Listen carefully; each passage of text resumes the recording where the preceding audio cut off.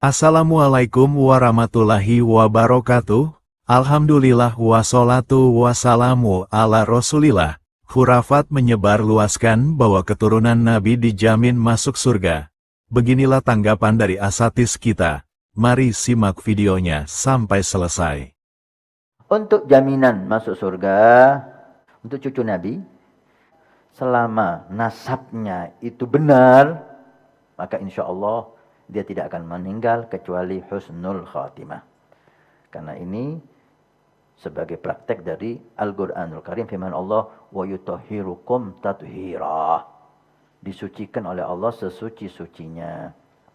Maka kalau nasabnya benar, kata guru-guru kita, pasti dia husnul khatimah. Semaksiat apapun, sesesat apapun. Kalau nasabnya benar, artinya benar di sini, tidak ada yang zina dalam nasab itu. Maka dia murni cucu Nabi. Murni cucu, ibunya enggak ada pernah zina, neneknya enggak pernah zina, ini dia murni cucu Nabi, maka insya Allah tidak akan meninggal kecuali husnul khatimah.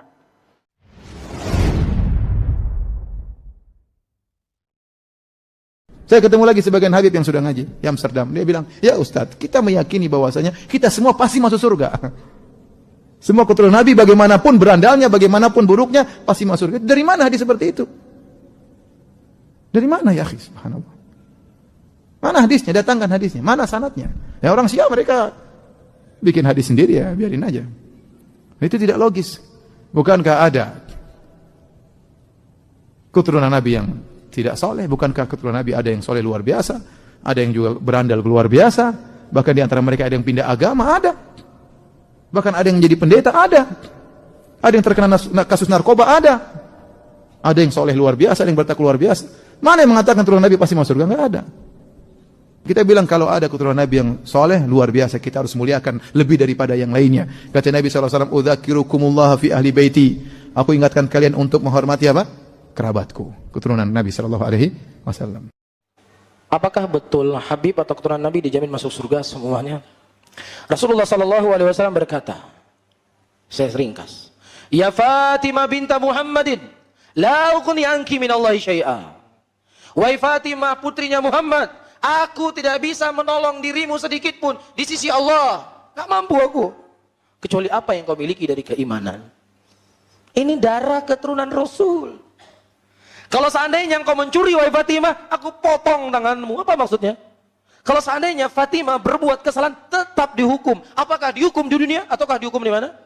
Di akhirat. Ini Fatimah, darah daging Rasulullah. Apalagi keturunan-keturunan setelahnya. Tidak ada jaminan masuk surga kecuali siapa yang telah dijamin oleh Allah dan Rasulnya.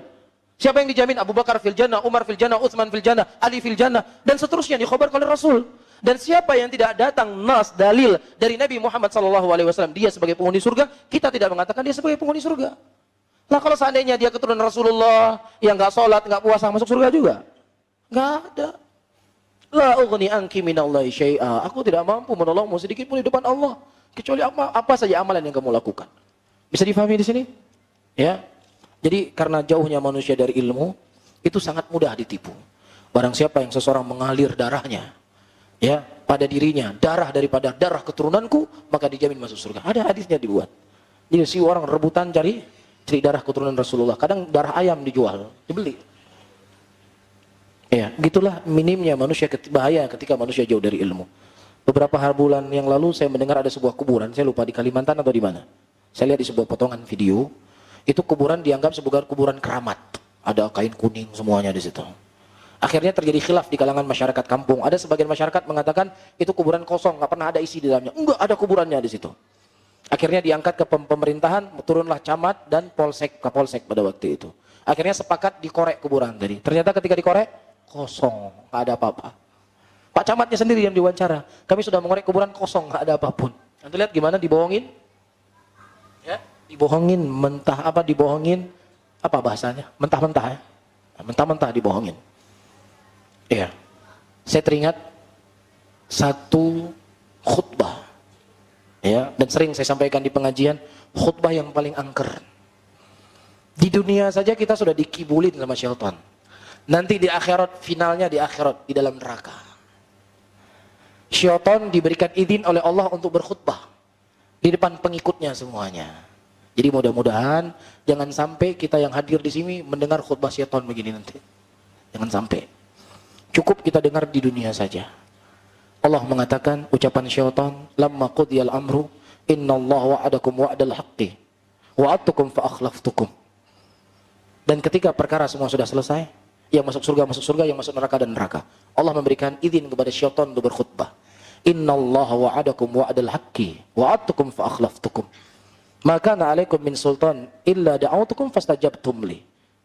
Fala talumuni walumu anfusakum.